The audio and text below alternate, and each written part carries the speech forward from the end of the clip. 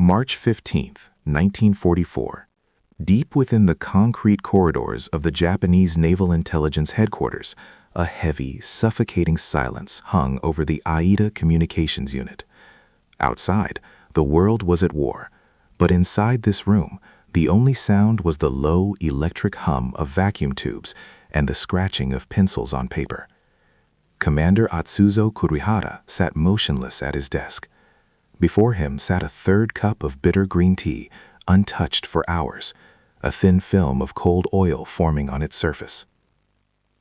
For 18 grueling hours, Kurihara and his elite circle of cryptanalysts, men hand-picked as the most brilliant mathematical minds in the entire Japanese empire, had been locked in a psychological battle with a ghost. They were hunched over transcripts and audio recordings of intercepted transmissions bleeding in from the Marshall Islands operation. These were not the standard encrypted telegraphic pulses they were used to. These were voices. To a casual observer, the sounds crackling through the heavy radio headsets were a chaotic jumble, a cacophony of guttural stops and strange melodic rises and falls. But Kurihara was no amateur. He was a veteran of the Shadow War, and his intuition told him something terrifying. This was not noise. He watched the data points align with mathematical cruelty. The timing of these vocal bursts perfectly preceded every devastating American localized strike. The duration of the transmissions was consistent with high-level operational orders. The frequency usage matched the precise technical protocols of the U.S. Marine Corps. It had all the hallmarks of a highly structured military communication system. Yet the language itself, the very core of the message, remained an impenetrable fortress. It was a linguistic anomaly that defied every analytical technique, every frequency distribution chart, and every polyalphabetical substitution table in their arsenal. It was unlike anything stored in Japan's extensive world-class linguistic archives. The scale of their failure was magnified by the sheer sophistication of the AIDA facility.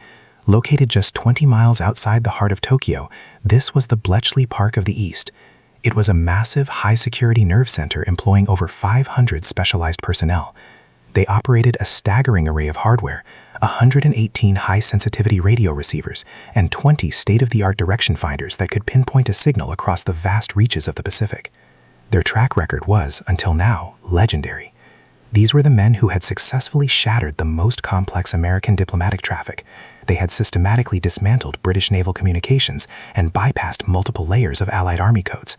Most famously, they had penetrated the American State Department's notorious Purple Code long before the first bombs fell on Pearl Harbor, granting the Japanese High Command a God-motive view of Allied intentions during the early years of the conflict.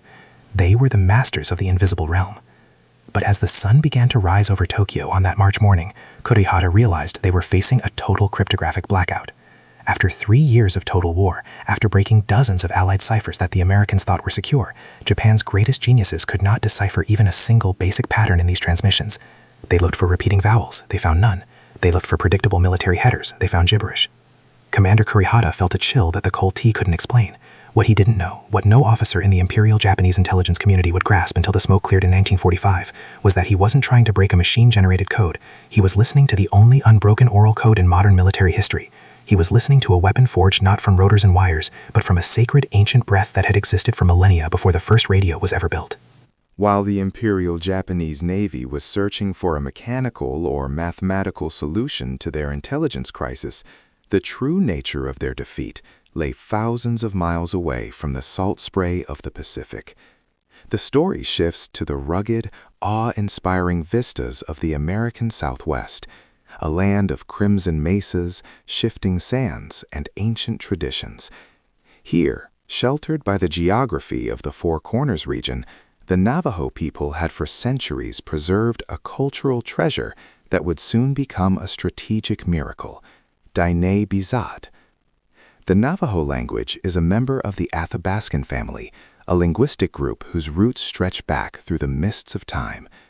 By 1940, the language was spoken by approximately 170,000 people, the vast majority of whom lived within the borders of a massive 27,000 square mile reservation, a territory larger than many European nations, sprawling across the rugged terrain of Arizona, New Mexico, Utah, and Colorado. Because the language was unwritten and had no formal alphabet or dictionary at the time, it existed only in the minds and on the breath of the Diné people. To an outsider, it wasn't just a different language, it was a different way of perceiving reality itself. Navajo is a linguistic labyrinth of unparalleled complexity. Unlike English or Japanese, which are largely noun-based or follow rigid subject-object-verb structures, Navajo is fundamentally verb-centered. In this language, an object is rarely described in isolation. Instead, it is described by its relationship to action and space. Through a staggering system of agglutinative prefixes, a single Navajo word can convey what would require an entire paragraph in English.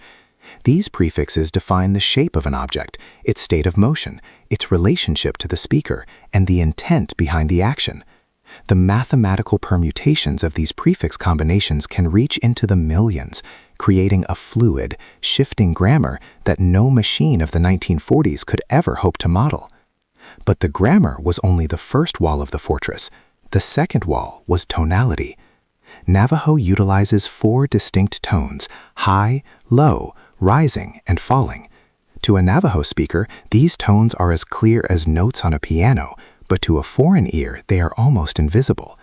A slight, nearly imperceptible shift in pitch doesn't merely result in a mispronunciation, it fundamentally alters the word's meaning. A word spoken with a high tone might mean victory, while the same syllable spoken with a low tone could mean something entirely unrelated, like clay or grandfather. This tonal sensitivity made it impossible for Japanese listeners to transcribe the sounds correctly, as they lacked the cultural and biological training to distinguish between these subtle melodic shifts. The third wall, and perhaps the most formidable, was the phonology, the physical sounds of the language. Diné Bizad contains a repertoire of phonemes that are non-existent in nearly every other major world language. It features ejective stops, where air is not merely exhaled, but exploded using the glottis, creating a sharp clicking sound. It utilizes glottalized sonorants and nasalized vowels, where the voice vibrates through the nasal cavity in ways that sound muffled or distorted to those untrained in the tongue. Most famous is the voiceless lateral fricative, the L-la sound, produced by placing the tongue against the roof of the mouth and blowing air past the sides, a sound often described by linguists as the wind whistling through the teeth of a predator. For the cryptanalysts in Tokyo, the struggle was not just intellectual, it was physical. Japanese is a language built upon a rigid, predictable set of 5 vowel sounds and a limited set of consonants. Their ears were literally not wired to process the explosive, tonal, and nasal complexities of Navajo. To hear a Navajo transmission was to hear a sound that their brains were incapable of categorizing. It was, in every sense of the word, a biological impossibility for the Japanese to decode a language that they could not even accurately hear, let alone speak. This was the unbreakable voice, a fortress of air and sound that no mathematics could ever hope to breach. The man who bridged 2 worlds. While the Imperial Japanese Navy focused on mechanical encryption, the blueprint for their defeat was being drawn up by a man who lived at the intersection of 2 vastly different civilizations. Philip Johnston was not a military strategist by trade, but he possessed a unique perspective that the Pentagon desperately needed. The son of a Protestant missionary, Johnston had been raised on the Navajo reservation at the turn of the century. Growing up, his playmates were Navajo children, and his education was as much about the winds of the high desert as it was about Western textbooks. He became one of fewer than 30 non-native people on the entire planet who could speak the Navajo language with native-level fluency. His linguistic prowess was so profound that by the age of 9, he was translating complex Christian sermons into the Diné tongue. By 15, he had served as a formal interpreter for Navajo tribal leaders during high-stakes negotiations in Washington, D.C., where he stood before President Theodore Roosevelt. When the news of the Pearl Harbor attack shattered the American psyche in December 1941, Johnston, a World War I veteran himself, realized that the greatest weapon America possessed wasn't a bomb, but a language. He knew that the Army had experimented with Comanche and Choctaw speakers in previous conflicts, but those efforts were improvised and lacked a formal structure. Johnston envisioned something more radical, a standardized, unbreakable military code built upon the structural foundation of Navajo. The demonstration at Camp Elliott. On February 28, 1942, Johnston secured a meeting with Major General Clayton Vogel at Camp Elliott near San Diego. The general was skeptical. The military relied on massive, multi-ton cipher machines and complex mathematical algorithms. The idea of using a primitive language seemed archaic to the high command. To prove his point, Johnston staged a live demonstration. He brought in 4 Navajo men and placed them in separate rooms with field telephones. Marine officers handed Johnston a series of typical tactical messages, full of technical jargon about artillery coordinates, troop movements, and supply lines. The Navajos translated these messages into their native tongue and transmitted them instantly. The results were nothing short of a tactical revolution. A standard American M209 cipher machine required approximately 30 minutes to encode, transmit, and decode a single complex message. The Navajo speakers completed the exact same task in just 20 seconds. General Vogel was stunned. He realized that in the heat of Pacific jungle warfare, where seconds determined who lived and who died, this speed was a superpower. He immediately authorized a pilot program, requesting the recruitment of an initial group of 30 Navajo Marines. The first 29, from boarding schools to battlefields. On May 4, 1942, the recruitment began. 1 man dropped out, leaving exactly 29 recruits to be sworn in at Fort Wingate, New Mexico. These men, who would become known as the Original 29, represented a cross-section of a culture at a crossroads. Among them were Chester Nez and Carl Gorman, men who had survived the traumatic boarding school era of the American government. In those schools, they had been brutally punished, sometimes having their mouths washed out with lye soap, simply for speaking the language they were now being asked to use to save the world. Others, like Lloyd Oliver and John Benally, were traditional sheep herders. They were men of the earth who had rarely ventured beyond the red rocks of their ancestral lands, yet they were now being thrust into the machinery of global total war. The Black Chamber of the Dene. After completing boot camp, these 29 men were sequestered in a locked, heavily guarded building at Camp Elliott. For 8 grueling weeks, they were tasked with a monumental intellectual feat. They had to create a military language within their own language. Because Navajo had no words for modern industrial warfare, they relied on cultural logic and metaphorical imagery. They looked at the world through the eyes of the Dene and assigned new meanings to ancient concepts. This created a double encryption layer. Even a native Navajo speaker who wasn't trained in the code would hear only a bizarre, nonsensical string of nature metaphors. Submarines became beshlo, iron fish, perfectly describing a metallic creature swimming beneath the surface. Battleships were designated as lotso, whale, the largest creature in the saltwater world. Fighter planes with their rapid darting movements were named dehekati, hummingbirds. Bombers were josho, buzzards, the birds that circle before a kill. Defeating the statisticians. The 29 recruits knew that Japanese intelligence would use frequency analysis, a mathematical technique that counts how often a specific sound or letter appears to find patterns. To defeat this, they created a sophisticated alphabet system for spelling out names or locations. For the most common letters in English, they assigned multiple Navajo words to rotate through, ensuring no pattern could ever emerge. For the letter E, the code talker could choose between des, elk, ana, ie, I, or aha, ear. If a message had ken-e's, a code talker would use a different word each time, making it mathematically impossible for Japanese computers or linguists to find a hook into the code. They were forced to memorize the entire system perfectly. There were no code books, no manuals, and no written keys allowed in the field. If a code talker was captured, the code would die with him. As Chester Nez later recalled, the pressure was immense. We drilled until our voices were hoarse. A single mistake, a single mispronounced tone, could bring friendly fire down on our own brothers. In our culture, words are not just symbols. They are sacred forces that shape reality. Speaking correctly wasn't just a military order, it was a spiritual duty. The baptism in the jungle. The transition from the sterile, guarded classrooms of Camp Elliott to the suffocating humidity of the Solomon Islands was a brutal awakening. In August 1942, as the first waves of the 1st Marine Division hit the beaches of Guadalcanal, the original 29 were no longer just recruits. They were the keepers of a secret that the entire Pacific campaign now rested upon. Among the first to land were 15 Navajo code talkers carrying heavy TBX radio sets onto the black sands of the island. The environment was a nightmare. Torrential rains, malaria-carrying mosquitoes, and a Japanese enemy that had never been defeated on land. In the chaos of the jungle, traditional communication was a death trap. Standard shackle codes took too long to encrypt under fire, and plain language English was instantly intercepted by Japanese listeners hidden in the foliage. But when the first Navajo voice crackled over the airwaves, the nature of the war changed forever. The crisis at Rabaul. 300 miles away, at the massive Japanese stronghold of Rabaul, The Imperial Navy's intelligence officers were entering a state of high-level panic. At the center of this effort was Lieutenant Kazuo Yamada. Yamada was no ordinary officer. He was a scholar of the Western world, having been educated at Stanford University before the war. He spoke perfect English and understood the American psyche better than almost any man in the empire. When Yamada put on his headphones to listen to the Guadalcanal intercepts, he expected to hear the familiar, clumsy attempts at American encryption. Instead, he heard what sounded like a rhythmic, ancient chant, a melodic sequence of sounds that defied every linguistic rule he knew. His report back to Tokyo was chilling in its honesty. The sounds are undeniably structured like a language.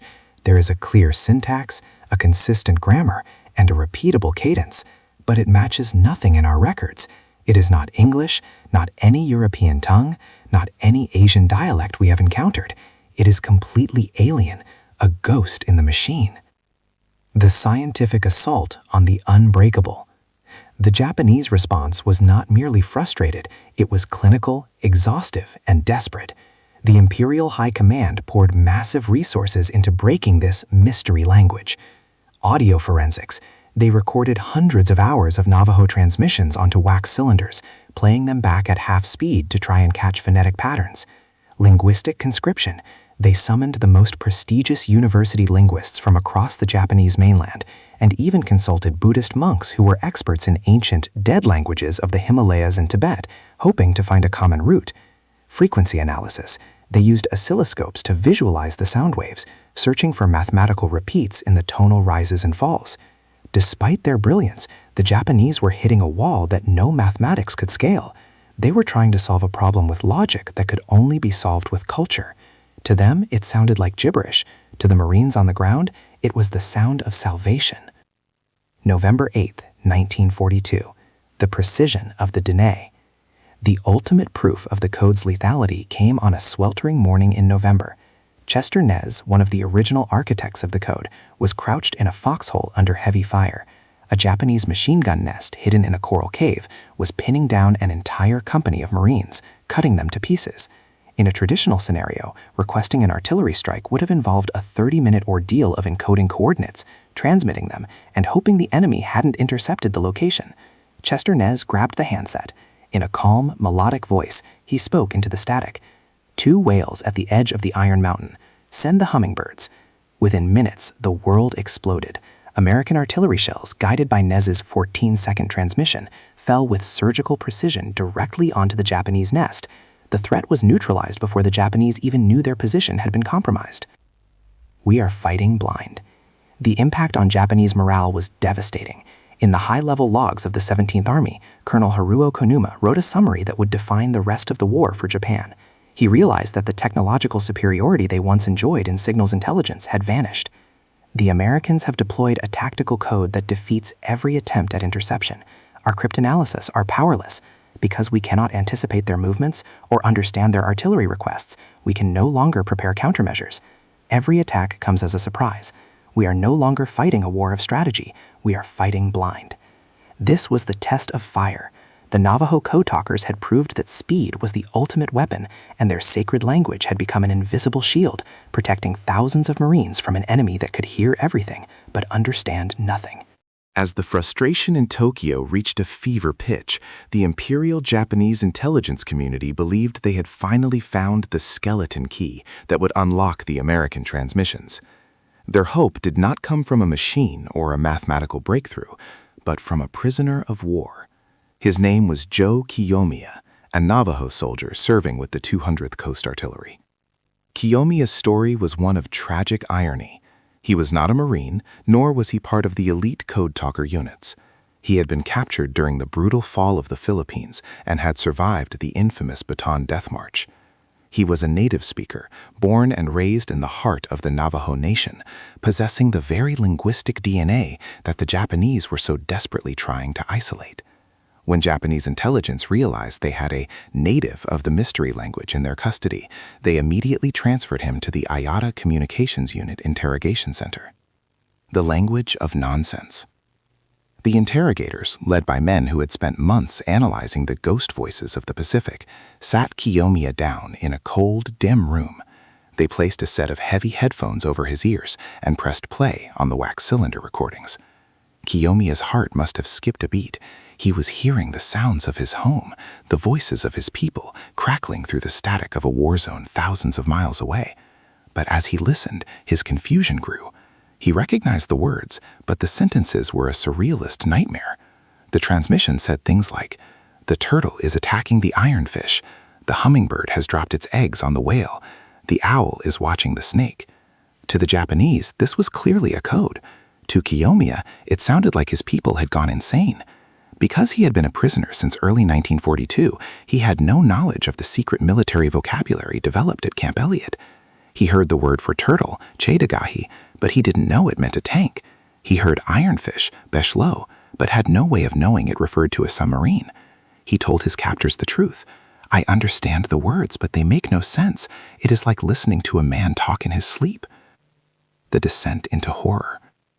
The Japanese interrogators did not believe him. They were convinced that Kiyomiya was a high-level operative, a super spy trained to resist interrogation through a sophisticated web of lies. They believed that if they could just break his will, the entire American communications network would collapse. When the soft interrogation failed, the Kempeitai, the Japanese secret police, took over. What followed was a years-long descent into a specialized hell. The systematic beatings. Kiyomiya was subjected to daily correctional violence designed to keep him in a state of constant physical trauma. Waterboarding. He was strapped down and had water poured over his nose and mouth to simulate the sensation of drowning, a technique the Japanese used to extract confessions from the most stubborn prisoners. The winter of 1943. In one of the most sadistic displays of cruelty, during a freezing winter in a Japanese POW camp, Kiyomiya was stripped naked and forced to stand in the snow. Guards would periodically pour buckets of cold water over him. He stood there for hours until his feet literally froze to the ground. When he was finally dragged back inside, the skin and flesh of his soles remained stuck to the ice. The 90-pound miracle. Through it all, the Japanese kept playing the tapes. They offered him food, warmth, and medical care in exchange for a translation. By late 1944, Kiyomiya was a ghost of a man. His weight had plummeted to a skeletal 90 pounds. He was ravaged by disease, starvation, and the psychological weight of knowing that his own sacred language was the reason he was being tortured. Yet he could only repeat the same agonizing truth. He could not break the code, because the code was a language within a language. The Japanese intelligence report from May 1943 documented their utter bafflement. The prisoner appears native to the mystery language, but is functionally unable to comprehend the operational meaning of the messages. Assessment: either extraordinary psychological resistance or the enemy utilizes a specialized code within the native tongue requiring specific training. The second assessment was the correct one. Even a fluent Navajo speaker was powerless against the code without the metaphorical key. Joe Kiyomiya survived the war, a living testament to the resilience of the human spirit and the absolute security of the Navajo code. He had been tortured for a secret he didn't even know he was protecting. His suffering proved that the unbreakable voice was so secure that not even its own people could betray it. The Pendleton Machine, Scaling the Secret Weapon. By the waning months of 1943, the success at Guadalcanal and the Solomon Islands had transformed the Navajo code from a pilot experiment into the most trusted communication asset in the Pacific theater. The Marine Corps realized they didn't just need a few dozen code talkers, they needed an army of them. To meet this demand, a formal, high-security code talker school was established at Camp Pendleton, California. This wasn't a typical classroom environment. Every 8 weeks, a new class of Navajo Marines, men who had already survived the rigors of standard boot camp, was funneled into a specialized curriculum designed to push the human brain to its absolute limit. They practiced in soundproof booths while instructors blasted recordings of high-explosive artillery and screaming combat noise to simulate the fog of war. They were forced to transmit complex coordinates while wearing gas masks and running to the point of physical collapse. They had to ensure that their tonal pronunciation remained perfect even when their lungs were burning for air. By the time the war reached its bloody crescendo, between 375 and 420 Navajo Marines had been deployed. They were no longer a novelty. They were the backbone of Allied intelligence, embedded across all 6 Marine divisions. From the volcanic ash of the Central Pacific to the dense jungles of the South, a Navajo code talker was now present at every major command post, serving as the literal voice of the American offensive. Iwo Jima, the ultimate tactical nightmare. The true pinnacle of their service and the ultimate proof of their necessity came in February 1945 on a small, sulfurous island known as Iwo Jima. This was not a normal battle, it was a meat grinder. The Japanese commander, General Tadamichi Kuribayashi, had spent 2 years turning the island into an underground fortress, honeycombed with 11 miles of tunnels and hidden pillboxes. In this environment, traditional radio communication was nearly impossible. The Japanese were experts at electronic warfare, constantly jamming American frequencies and using English-speaking soldiers to broadcast fake orders to lure Marines into ambushes. To survive, the Americans needed a system that was faster than the Japanese to jam and more secure than any machine could provide. The 800 messages of Major Howard Connor. Major Howard Connor, the signal officer for the 5th Marine Division, was the man tasked with coordinating the chaos of the initial landing. The scale was staggering, 30,000 Marines hitting the beaches simultaneously, supported by a massive armada of 100 naval ships and constant waves of close air support. For the first 48 hours of the invasion, the most critical window of the entire battle, Major Connor operated a network of 6 Navajo code talkers working in non-round-the-clock teams. Under a relentless hail of mortar fire and machine gun rounds, these 6 men became the central nervous system of the 5th Division. They sent and received over 800 messages during those 2 days. They coordinated naval broadsides against Japanese caves, they called in emergency medical evacuations for thousands of wounded, they redirected supply drops to starving platoons, and they adjusted artillery fire in real time as the front lines shifted by the yard. Most remarkably, throughout those 800 transmissions, there was not a single error, not one mispronounced word, not one misunderstood coordinate, and not one successful Japanese interception. The efficiency was superhuman. A message that would have taken 30 minutes to encrypt via machine was whispered in Navajo and translated in 20 seconds. Major Connor later provided the most famous testimony in the history of the program. Were it not for the Navajos, the Marines would never have taken Iwo Jima. They were the only ones who could keep us moving. Their language was our most lethal weapon. The final word, Nehema. The war that had begun with the silence of Japanese cryptanalysis in Tokyo ended with a single Navajo phrase. On August 14, 1945, the world held its breath as the news of the Japanese surrender began to filter through the Pacific. It was Teddy Draper, a code talker who had seen the horrors of the front lines, who was given the honor of transmitting the message that would signal the end of the greatest conflict in human history. He didn't use English. He used the sacred language of the Dene. He spoke into his radio, Nehema, Ata, Gaini, Ad-En, and Elve. Literally translated, it meant, "Our mother, America, has finished the war." The message traveled through the Navajo network before it was even released to the general public or conventional military channels. It was a poetic and fitting conclusion. A language that the American government had once tried to erase in boarding schools had become the very vehicle for the news of global peace. The unbreakable voice had spoken its final, most important word: surrender. The silent homecoming. When the guns finally fell silent across the Pacific, the Navajo code talkers began their journey back to the red rocks and high plateaus of the American Southwest. But for these warriors, there were no ticker-tape parades, no public accolades, and no boasting in local taverns. Upon their discharge, each man was pulled aside and given a final, stern command. This program is classified. You are never to discuss your specific duties with anyone, not your parents, not your wives, and not your children. The Pentagon realized that the Navajo Code was so effective, so utterly unbreakable, that it remained a viable strategic asset for the burgeoning Cold War. Consequently, the code talkers became ghosts of the Great Conflict. They carried the weight of the war's most horrific battles, the screams of Iwo Jima, the mud of Okinawa, the loss of their brothers, without the psychological relief of being able to explain the vital role they played. For 23 years, they lived in a vacuum of silence. The bitter irony, heroes without a vote. The homecoming was further soured by a devastating paradox. These men had just spent years defending global democracy and the sovereignty of the United States, yet they returned to states that treated them as second-class citizens. In Arizona and New Mexico, Navajo veterans were systematically denied the right to vote based on archaic state laws. It wasn't until 1948 that these barriers began to fall, and in Utah, the franchise was withheld from them as late as 1957.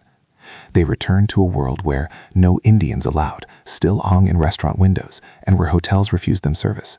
They were the architects of the Pacific victory, yet they were forced to walk the streets of their own country in a state of enforced anonymity and social marginalization. 1968, breaking the seal. The veil of secrecy finally lifted in 1968 when the Department of Defense declassified the program. For the first time, the world and the families of the veterans learned the truth. The radio operators were actually the creators of the most sophisticated oral cipher in history. Recognition began as a trickle and grew into a flood. In 1969, the 4th Marine Division held a reunion where the code talkers were finally honored. In August 1982, President Ronald Reagan officially declared August 14th as National Navajo Code Talkers Day, bringing the story into the American mainstream. The gold medal and the final 5. The most poignant moment of recognition occurred on July 26, 2001. In the grand, echoing rotunda of the U.S. Capitol, President George W. Bush presented the Congressional Gold Medal, the nation's highest civilian honor, to the original 29. By then, time had taken its toll. Of the 29 men who had sat in that locked room at Camp Elliott in 1942, only 5 survived to receive their medals in person. The ceremony was a moment of profound national catharsis. President Bush summarized the debt of the nation. Today, we give these 29 Native Americans a service only they could give. They used a language their government once tried to suppress to save that very government. A legacy beyond one tribe. While the Navajo story has become a cinematic legend, the legacy of the Code Talkers belongs to the broader tapestry of Native American history. We must remember that the concept was pioneered by the Choctaw in the trenches of World War I. In World War II, 17 Comanche Code Talkers landed at D-Day to coordinate the liberation of Europe. The Hopi, Cherokee, Lakota, Meskwaki, and many other tribes, over 34 in total, contributed their sacred languages to the war effort. The story of the Code Talkers is captured perfectly in the haunting words of John Brown Jr., one of the original 29. They told us our language was no good. They told us in the boarding schools that it was a primitive tongue that should be forgotten. Then the world caught fire, and they realized that our language was the only thing that could save them. They needed it to win the war. Conclusion: the unbreakable code of diversity. The Navajo Code Talkers did more than win a war. They changed the American identity. They proved that diversity is not a liability, but a strategic imperative. The very cultural differences that an exclusionary government once tried to eradicate became the secret weapon that preserved that government's existence. Today, as the last of these veterans pass into the great beyond, their legacy endures in every child who speaks the Dene language with pride. The code remains unbreakable not because of mathematical complexity, but because it was rooted in the soul of a people who refused to let their culture die. In the end, the greatest message ever transmitted in Navajo was a universal one.